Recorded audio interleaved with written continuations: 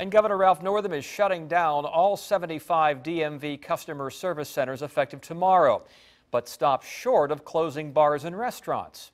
10 on your side's Stephanie Harris is following the latest developments here in Virginia. Stephanie. Yeah, Governor Northam says that Virginia will adhere to the federal guidelines avoiding gatherings of more than 10 people, but he is urging restaurants to stay open if they can for drive-through or takeout orders. He said that's because 45% of Virginians get their meals in restaurants.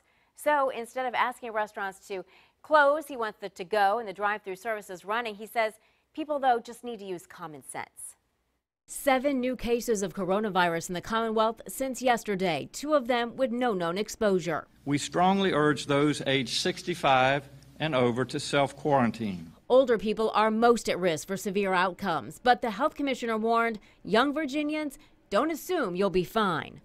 Although 80% of those who get COVID-19 have mild disease, that statistic comes from looking at the pandemic in China. And everything that was listed as mild was everything other than the severe disease.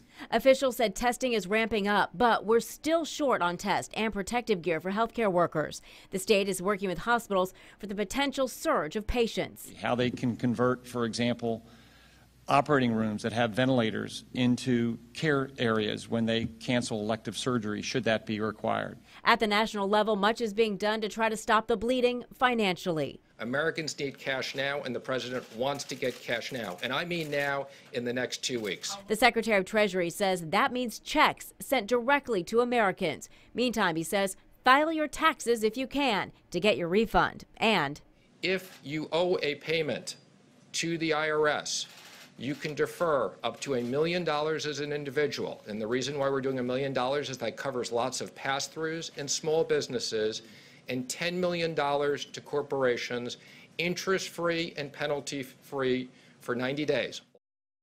And the White House also wants to give money to small businesses, the airline and hotel industries. This is all part of an $850 billion stimulus plan the White House hopes Congress will pass by the end of the week. Stephanie Harris, 10 on your side.